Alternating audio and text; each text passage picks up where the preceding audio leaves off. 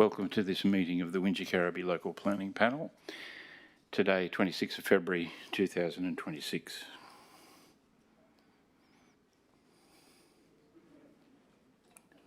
That should be the 25th of February 2026. I declare this meeting open at 2 p.m.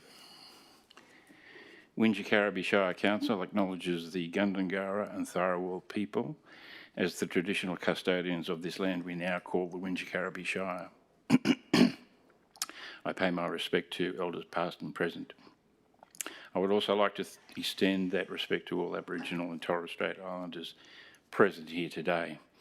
My name is Stephen Lehman and I'm the chair of today's panel. Also sitting on the panel today are expert members Sheridan Burke, to my right, Mark Harlan, to my left, and community member Anthony Neal, to my far right. The meeting is being live streamed to Council's website and the recording will be made available on the website after the meeting. Firstly, could everybody please turn their mobile phones to silent? Secondly, could speakers speak very clearly into the microphone so that the recording can be clearly made. There are no apologies. We have a full complement on the panel today. There have been no declarations of interest made.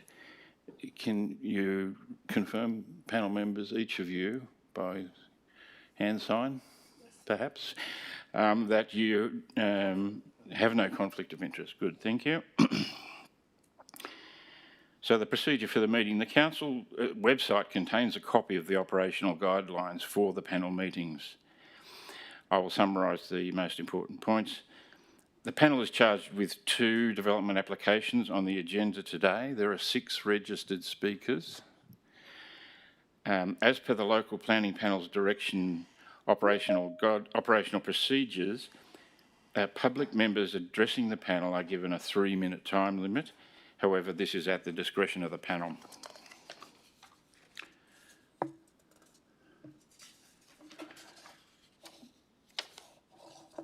The first development application is item 6.1, DA 23/1391, a centre-based childcare facility at 44 Suttle Road and adjoining council land at Moss Vale.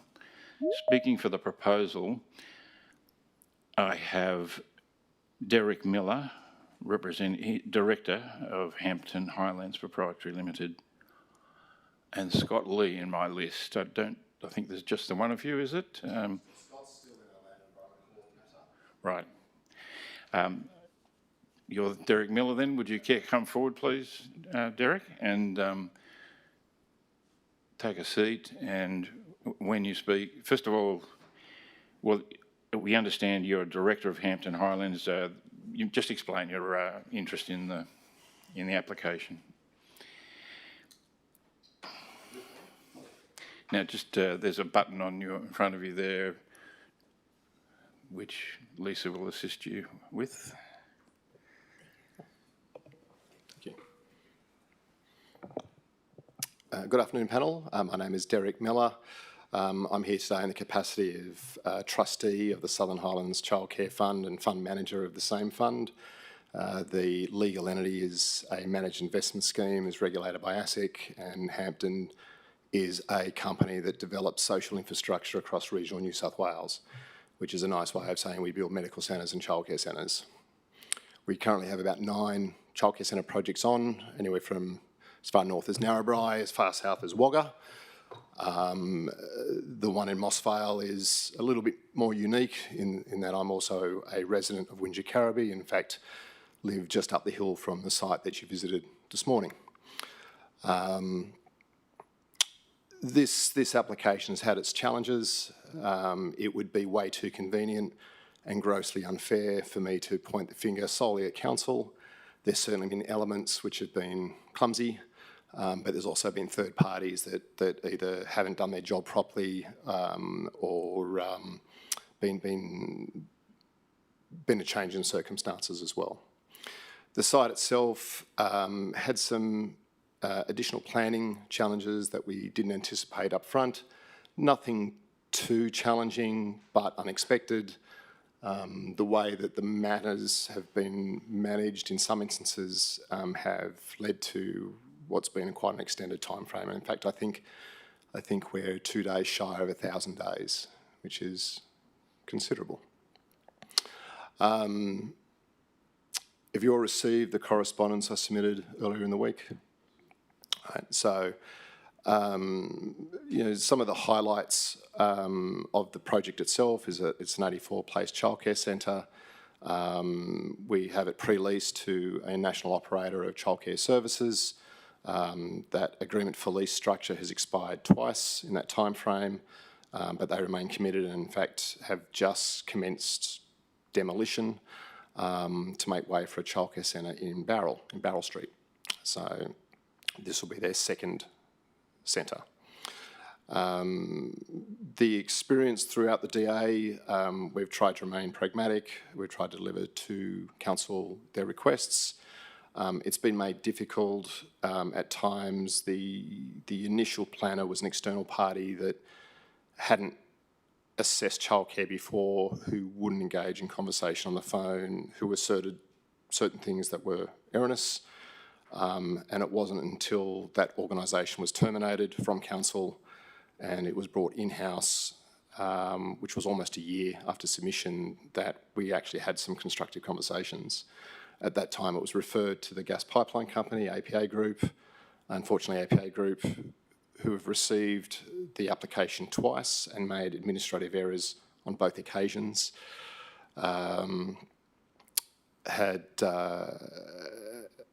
sent the wrong response back, and that sort of added an unfortunate amount of time.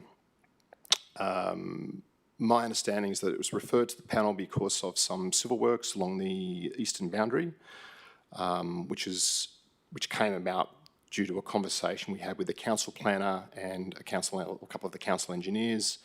Their initial assertion is that they wanted to maintain all of the watercourse on our title, even though the watercourse went through our title into council land and eventually found its way into the river.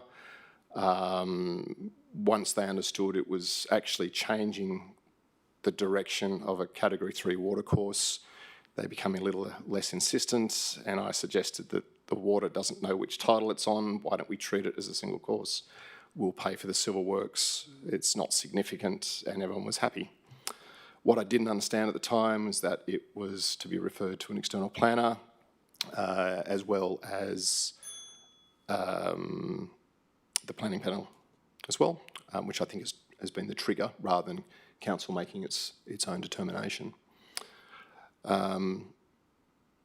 That's all sort of been resolved satisfactorily. I believe you're on site this morning.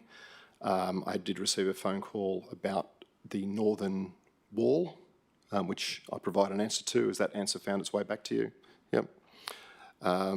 The current status of the application is that from my conversations with Jeremy and also his third planner, as well as the notes submitted to the meeting today, is that the bushfire report is the only outstanding item. We received correspondence on Monday this week, actually, from property who had consulted Capital Works, and they are in principle supportive of allowing us to create an asset protection zone, which is just a fancy way of saying that we get to mow the lawn and keep the grass below 100 mil until such time that the bypass is constructed.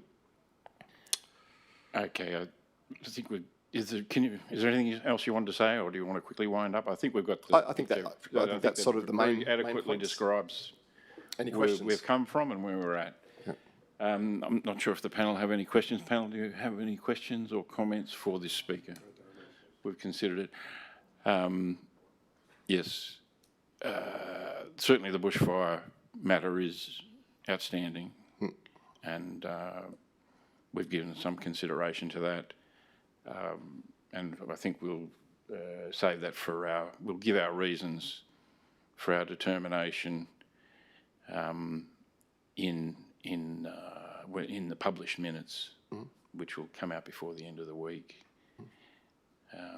We'll announce our decision later this afternoon, and we'll give this short précis of our reasons. So Thank you.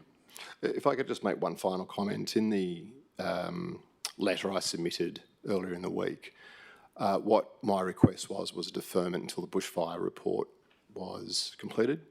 I don't know if this is possible. I'm not fully informed about the structure of the planning panel and their determination process.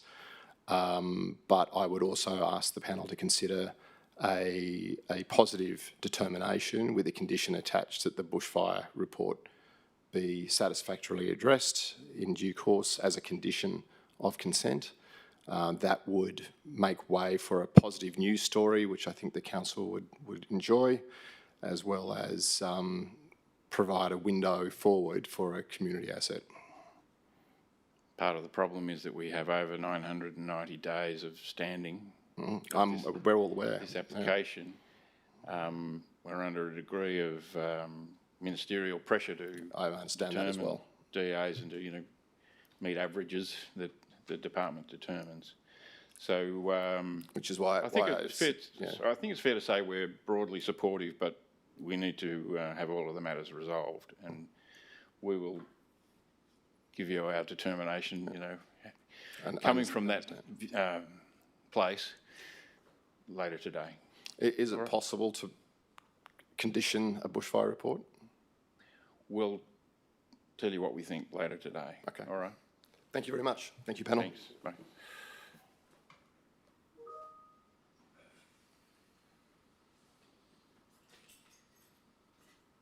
The next item is 6.2, DA 25/0241, for 238 units for independent living, seniors housing development, subdivision and adaptive reuse of Kamilaroi House as a sales information office, community facilities, landscaping and civil works at Lot 1, DP 1232714, 61B Old Hume Highway, Braemar.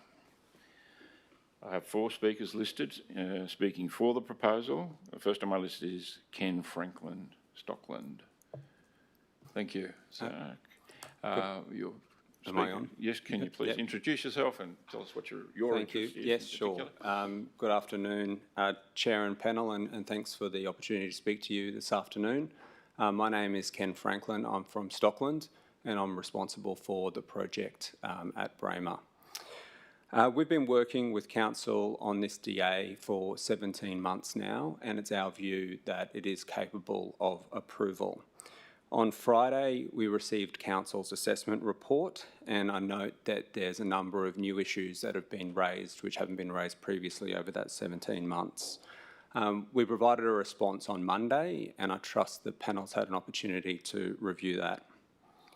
In light of our response, our request is that the panel defers the determination today to allow the new items to be addressed and for us to be able to meet with the relevant council officers, which to date, some of which have been denied the opportunity to do that.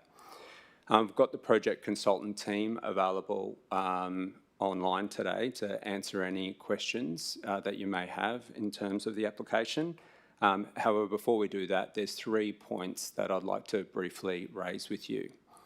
The first point is why it's our view that it's capable of approval. The DA is fully permissible and complies with all development standards. The DA has been supported by all external agencies and the majority of Council's internal referral teams. Most issues have been closed out. Of the remaining issues, they're either capable of resolution through conditions or by providing extra information to Council, or they're of a subject opinion of Council. Finally, you'll see that there's 4 objections, and in Council's report, they've been adequately addressed. The second point I'd like to raise is that Stockland owns this community forever. We're not developing it to sell, we're developing it to hold. So we're spending over $200 million on this development, so it's of utmost importance to us that we actually get a really good outcome here. And we're sure that that will be the case. The other point is around that we will operate and maintain this development in perpetuity. It won't be Council's responsibility. There's been some comments raised around the Southern Highlands character in the report, And I want to emphasise that it's important to us that we do maintain that Southern Highlands character, and the reason for that is we know that the people that move into the community are expecting that.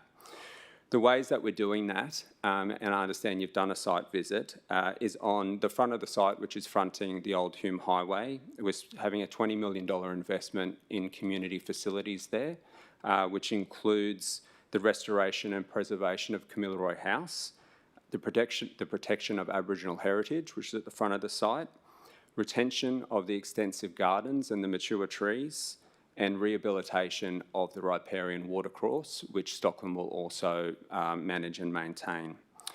On the rear section, which is the precinct where the homes are, most of that will be screened by the riparian watercourse, but we've also focused on maintaining a Southern Highlands character there. All the homes are architect designed. They've either got gabled or hip-roofed. They've got materiality suitable to the Southern Highlands, like weatherboards, colour schemes that are suitable to the Southern Highlands. But most importantly, we're spending a lot on the landscape and making sure that there's nice boulevard streets with deciduous trees, nice gardens in front of everybody's homes, and all of the common areas, gardens-wise, are maintained by Stockland as well. So when you look at all of our halcyon communities, the gardens are one of the centrepieces. All of the homes are also being sited by architects to make the most of the visual and acoustic privacy and ensure that there's a varied and interesting streetscape. In terms of density, it's considered low density for a greenfield development. We exceed solar compliance, also exceed deep soil compliance. There's also been some comment on the retaining walls. Stockland develops halcyon communities across the country, and we've got a similar development called Halcyon Lakeside, which is in Queensland, which we developed 10 years ago. Had very similar topography to this site, and we've borrowed what we've executed there and adapted it to this site as a way of design that we know works. And some of those tiered retaining walls, which we did at Lakeside, we've put here, and what we've done is essentially turn those into garden beds. So in Queensland, what we've found is that people use those for like raised planters, for vegetable gardens, for fruit trees, or just lovely gardens. And interestingly, they became some of the most sought after homes to buy there for those reasons. Finally, a point, and I think it's the most important point, that people are crying out for these sorts of developments. Across the country, we've got 5,000 homeowners in our communities, so we understand what people are looking for. We've actually just opened our first halcyon community in New South Wales called Halcyon Gables, which is in the Hills LGA. And that was approved by the Sydney Central Planning Panel about 2.5 years ago. And we've had an excellent response to that development. And the people that are buying in have been telling us they've been waiting for something just like this. They haven't wanted to move into apartments. They haven't wanted to move into townhomes. They've wanted to move into freestanding homes in a community where there's people around them just like them. So it's been a great response, and it's looking fantastic. The other reason to point out in terms of why people are moving is quite simple reasons, but their homes are too big, there's too much maintenance, they have struggled with stairs. For some, it's about releasing equity in their homes to fund a better retirement. But interesting for a lot, and they're quite open about this, they just don't want to be lonely. They recognise the benefits of living in community, and credit to them, they proactively make the choice to move into a community like this. And I raise this because it's relevant for Wingecarribee, where in the next 10 years, 35% of Wingecarribee residents will be over 65, and that's a 54% increase from 2016. In the Wingecarribee Local Housing Strategy, they've asked for more seniors housing, they've asked for more small lot housing, they've asked for more two-bedroom product, and that's exactly what this development delivers. Chair and panel, this is a high-quality, well-considered development by a very experienced consultant team, which will be delivered by a well-respected developer with a proven track record. I assure you that the end outcome will be an excellent outcome, of great benefit for the people of the Southern Highlands, and it will be something that Council will be proud of. As I said, I ask that you defer the determination so we can work through this further with Council, and ask that we can meet with the relevant Council officers to have the discussion. And I also ask that you request Council draft conditions to enable you to be able to approve this project at the next meeting. Thank you.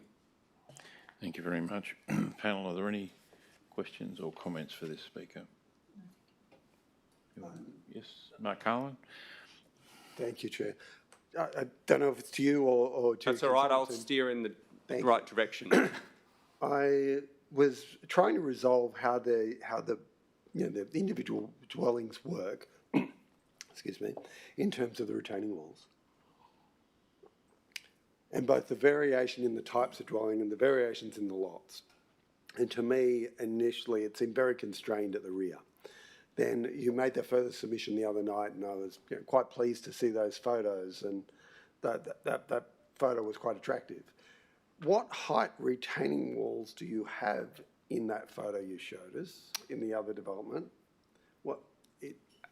Yeah, as a general, I think that would be around about 4 to 5 metres high. It looked about 4, but these get a lot higher than that. The maximum height of just a small number of walls is about 6.3. Not about, it is 6.3. Sorry, Ken, can I also just add on to that? Sorry, Peter Jobson from GLM Planning. The 6.3 is a tiered outcome panel. So the worst case of the wall is about a 4.5 with 2 tierings in front of it meeting 900 mils each. So it'll be a tiering, landscaping, and then the final wall, which at the maximum for about 4 dwellings is about 4.5 metres high. Thank you. I did understand that, and when I looked at the photo you showed us, that it appeared to be about 4 metres overall with the 2 tiers in front. But this is a much higher wall being proposed. It seems a lot to deal with in that way, and even the shadow impacts, and those lots don't seem to be deeper to accommodate that higher wall. Those lots are deeper. They're about 6.5 metres longer. So the standard setback at the rear is 3 metres, and those affected lots are 6.5, and there's 10 metres between dwelling to dwelling. Correct, and we've also orientated the retaining walls the way they have panels, to allow the additional solar access from east-west. So all the dwellings, even those that back onto the larger walls, all have complete compliance with solar access opportunities. Yeah, it would be good if the documentation did show the setback on those lots. The way it was presented to me is that a purchaser purchases a dwelling and purchases a lot. Are their lots fixed? Are their house designs fixed to certain lots? Yes. Okay, well, I didn't get that. That is also correct. The only thing I'll just note as well is the purchaser does buy the house, but the operator owns the land. Yeah, I understand. So it's on the operator to maintain walls as well too, panel. Who maintains the gardens in the retaining walls? The homeowners maintain the gardens. So the way that it works is that we maintain the verge, as in Stockland maintains the verge, and the homeowner maintains their little front garden and their rear garden. And in this situation, then each raised sort of planter box is about 900 high with a set of stairs, so they can maintain that. And that would be hard as they age, presumably. Correct, and we also have a caretaker on site. So we have a full-time caretaker who's responsible for landscaping, and we have a full-time community manager. So it's likely when you live in the normal community, if you do need additional services as you age, you do bring them in. So we don't offer care on site. So if you did need garden maintenance as an example, then you would still be responsible for your own garden maintenance for your house.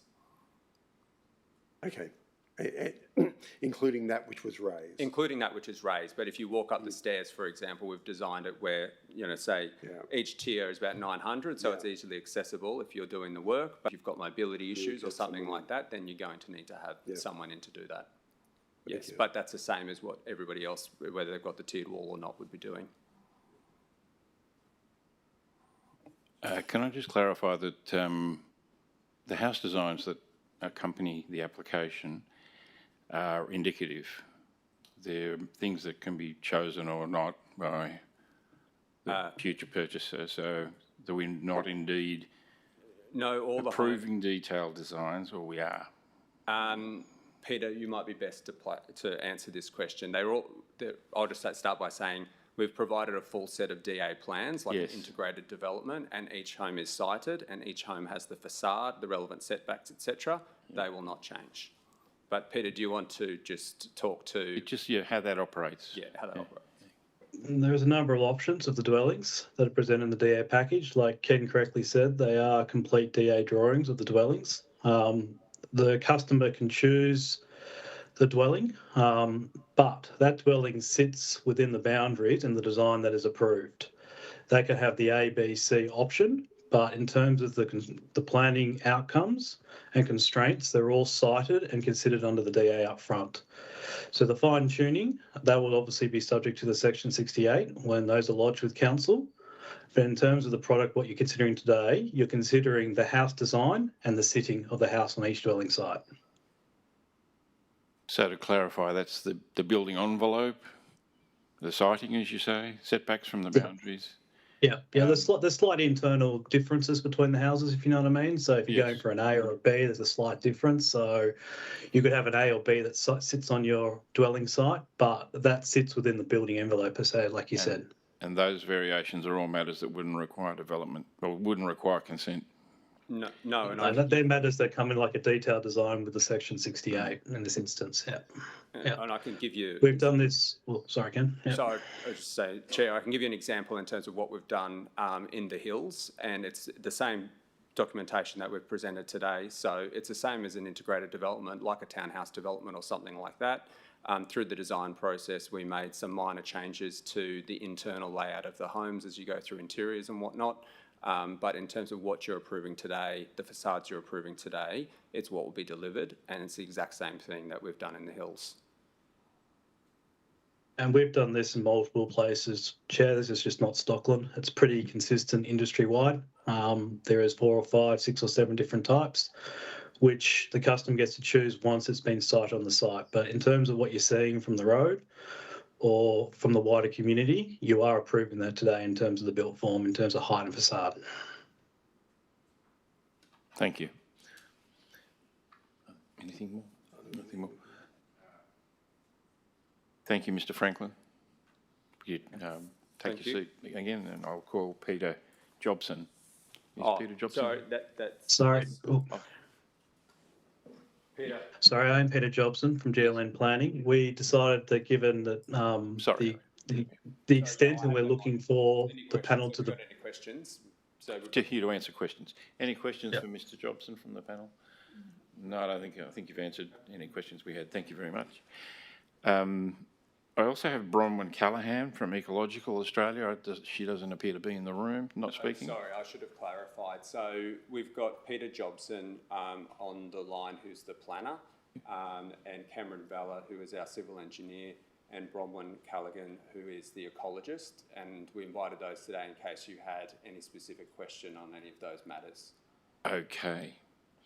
I'll just ask the panel, do they have any questions for these specific consultants in this matter? No questions? No, thank you. Chair, could I just make a couple of comments, sorry, as we sit? Sorry, Ken, if that's all right. Yes, sir. Who's that speaking? Peter Jobson from GLN Planning. Peter, yes, Peter, please. The only things I'd like to note, and Ken sort of touched on them in his presentation, was a number of these matters that are raised in the latest report are new and haven't been presented to the applicant to date. We haven't had an opportunity to actually properly digest them and come back with thoughtful and resolved matters for the council to consider or the panel to consider. I think that is fair, given that, or unfair, sorry, and should be considered by the panel today, given this was lodged as regionally significant development. And one of the directions that the last regional panels gave when we met with council were for the applicant and council to meet together and try to resolve and narrow down the contentions. we just keep getting new contentions that we don't actually have a chance to respond to. And that's why we're actually seeking to have this matter deferred, so we can actually have the time to meet with the council to try to whittle away some of these matters, and then the final matters be determined or considered by the panel. Thank you. The panel is mindful of some of the history here. We're concerned about the 527 odd days that this has been on foot. And we'll be considering the best way forward. I think it's fair to say that the panel is supportive of seniors housing on this site. It's just a question of is it properly resolved and are all the issues dealt with, and that they seem to be arising as we go. So in those circumstances, and having regard to the time that it's taken, we just need to consider the best way forward. Of course. We'll announce that this afternoon after we've deliberated further, having heard you speak. So thank you very much for your addresses, and we'll take that into consideration now. Thank you.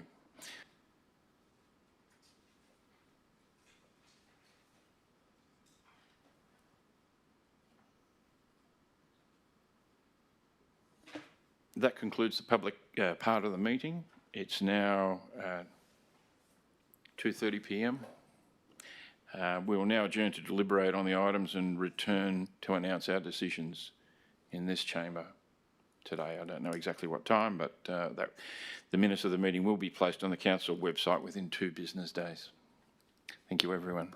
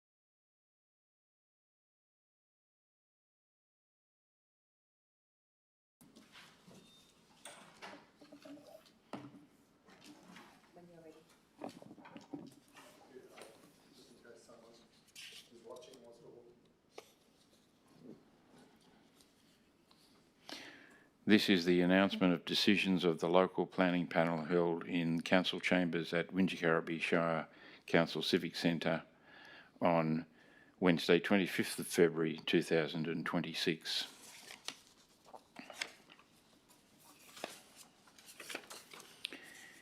In respect of item 6.1, the panel's determination is the panel supports the recommendation as noted in the report that development application number 23/1391 for the construction of an 84-place centre-based childcare facility at 44 Suttle Road, Mossvale and adjoining road reserve be determined by way of refusal for the recommended reasons of refusal outlined in the officer's report.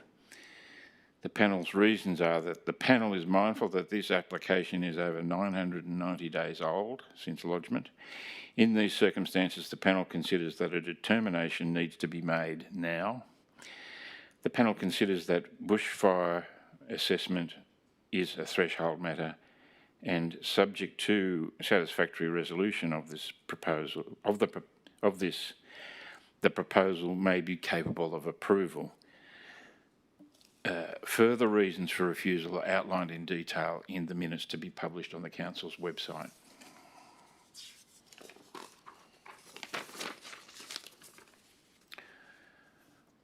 Item 6.2, DA 25/0241 for 238 independent living